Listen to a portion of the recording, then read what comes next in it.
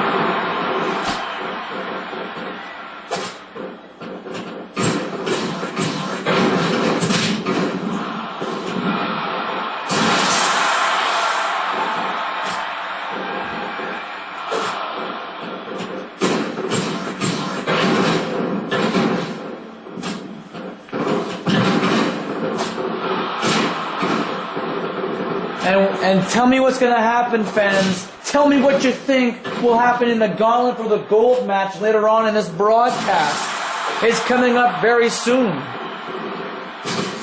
9 superstars, 9 young combatants, wrestlers that have lost, wrestlers that have won qualifying matches. We're allowing almost all comers to participate in this matchup, fans. And one of those superstars I gotta mention to you right now is Twiggy. This young man who has performed in IWS, Shakara, and of course Capital City Championship Combat, known as C4 Wrestling in Ottawa. Twiggy has caused so much ruckus in the wrestling industry and the independent wrestling circuit. And ever since he arrived here in Fantasy Pro Wrestling, also 2 years ago, Twiggy has made a lot of claims. He's made a lot of statements to all of us here in Fantasy Pro Wrestling, even though he has never uttered a syllable. His actions speak louder than his new attitude, his new persona, the fact that he waged war with the likes of Curse, Captain Obvious. Oh my god. Those are impeccable matches, fans. Just interesting. And the fact that the Twigster himself, Twiggy, managed to defeat Player Uno is ridiculous. Never seen anything quite like it, fans. Twiggy, right now, as far as I know, he is one of the fan favorites.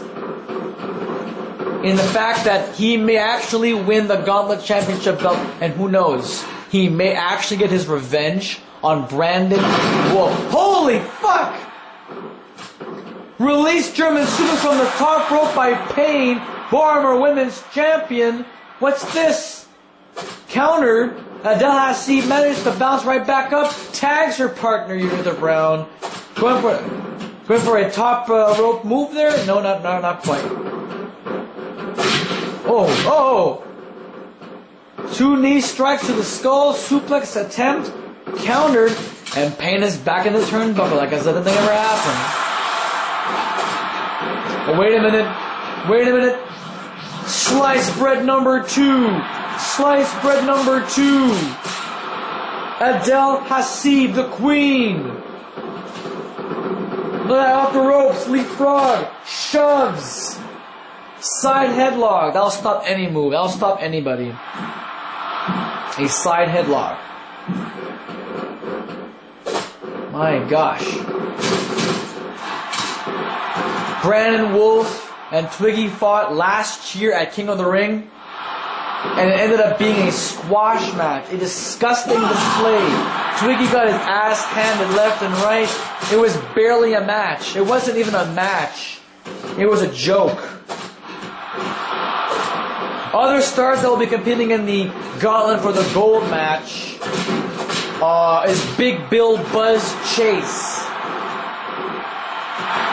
When he arrived here in FPW, we always thought he would be a promising star when he became the graduate student, ultimately defeating Sergio Menendez.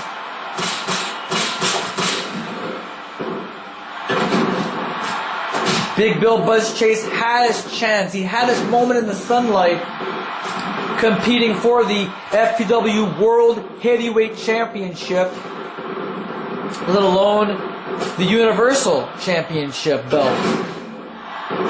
He got his ass owned by Brandon Wolf. Everyone has gotten their ass handed by Brandon Wolf, and now it's time for a change here in FPW. We hope for sure we're going to have a reasonable, respectable opponent, because Brandon Wolf may actually walk out here without the championship belt.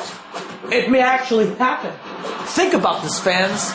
Brandon Wolf is in the ring with 3 other stars that are starving.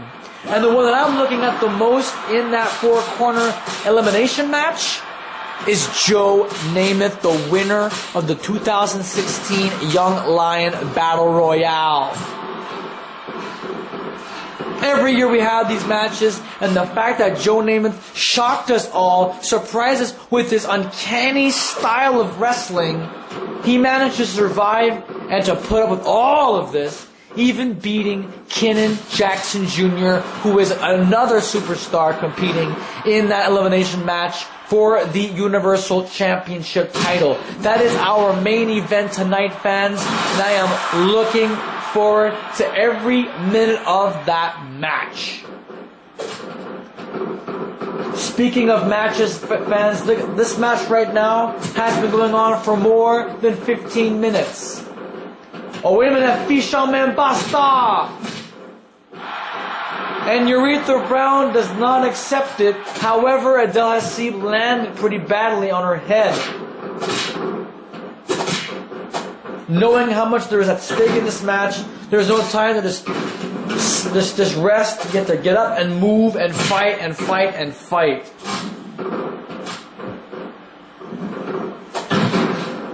Ouch. Ouch. It's painful. Absolutely astonishing wrestling, fans. For the FPW Women's Tag Team Championships. Did Brown just jab pain? Holy God. There is no rest for the wicked, fans. And these 2 tag teams of divas are very much wicked. Stopping at nothing to get what they want. Look at that. Look at Urethra Brown going all over Macy LeBlanc Smith. Going for the cover in the center of the ring. Keep note, fans, that there is a clock there for a reason, because the show must go on. Should we have a draw game technically? The Shit Disturbers have retained the tag team championships, but the match remains inconclusive, and in this company we have to have a conclusion. There must be a conclusion, and we'll have it happen at some point in time. We will have to work with what we got. Oh! Bouncing off the canvas is Macy LeBlanc Smith, a dangerous backdrop. And Macy actually put her shoulder out this time. She didn't need her tag team partner to help her out. And Urethra Brown now doing a bit of a glitch dance. And that was executed and originated from Alicia. You got it. Spike Brain Buster by Urethra Brown. Going for the cover. And Pain out of nowhere breaks